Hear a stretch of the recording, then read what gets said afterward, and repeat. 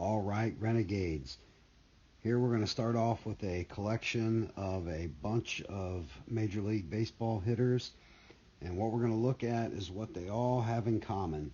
They all may swing just a little bit different within each swing, but you're going to see for yourself. They all do certain moves and certain things, certain principles that make them great hitters, that drive the foundation of a good baseball swing. First, we're going to start by looking at, in my opinion, the greatest hitter of all time, Pete Rose.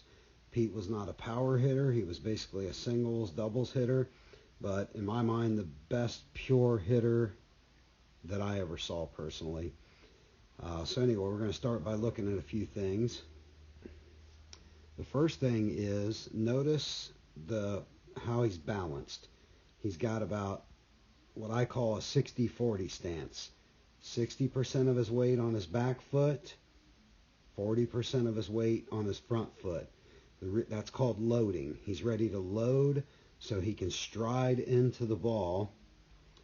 And as we go forward, you're going to see he's going to go from that 60-40 as the pitcher's winding up and then the pitch is on its way. He's starting to stride into the ball. You always want to stride no matter what. Even if you take the pitch, if it's a bad pitch, you're still going to do your stride no matter what, because at this point, he hasn't totally committed to swinging the bat yet. He's done his stride, but let's say the pitch is way low, way outside, whatever, he can just simply not swing. But if he chooses to swing, he's made his stride into the ball. He started advancing into his front hip. Let's say at this point, like I said, it's a bad pitch. No big deal. He just lays off. He's not committed to swing here yet. Next, I want to look at what I call the chain reaction of the swing. The swing starts with the stride, and then the chain is going to go up the body. And you'll see what I mean here in a second. Certain things happen in sequence from the feet to the belt buckle to the arms. And here we go as I advance here with Pete. Notice he's done his stride into the ball. Now he's gone from 60-40 from the back foot. Now he's gone 60-40 into the front foot.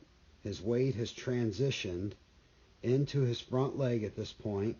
And notice his bat is only halfway down, but yet the weight has begun to transfer totally into that front foot.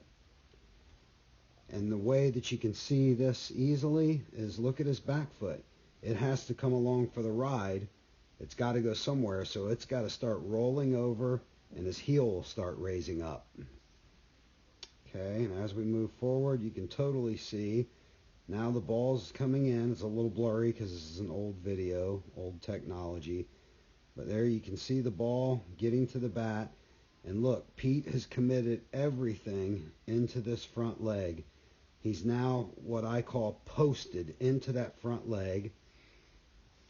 And now we're going to back up just a little bit. And I want to show you something real interesting.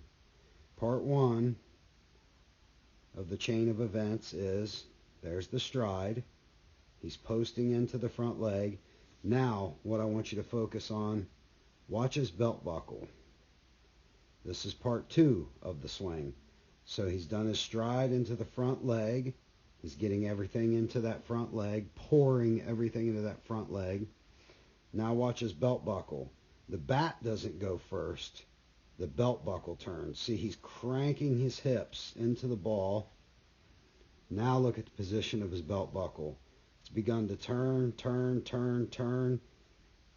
until that belt buckle now is almost facing the pitcher. And notice that his bat is not still yet down to the strike zone.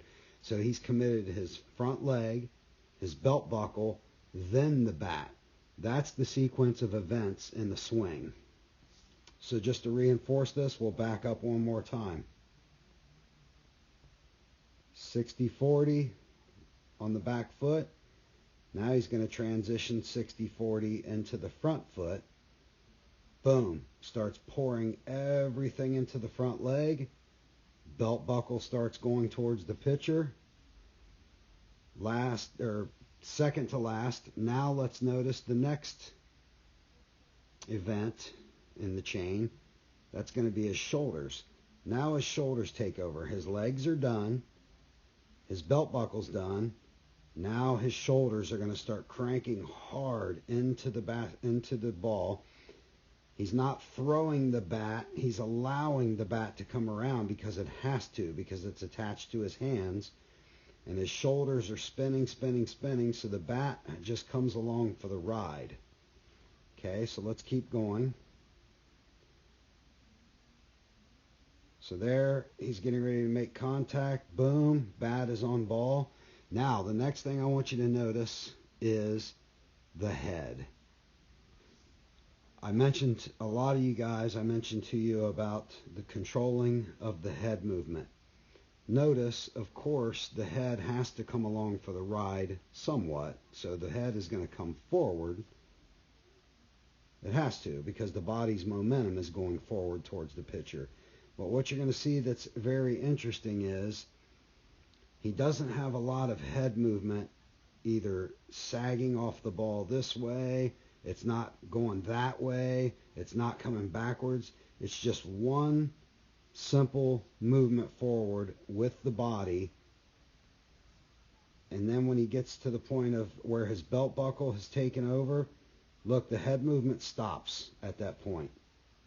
The head movement is largely done, and it's like I mentioned to a lot of you, what you want to do is pretend that you have a pole that is going down through your body.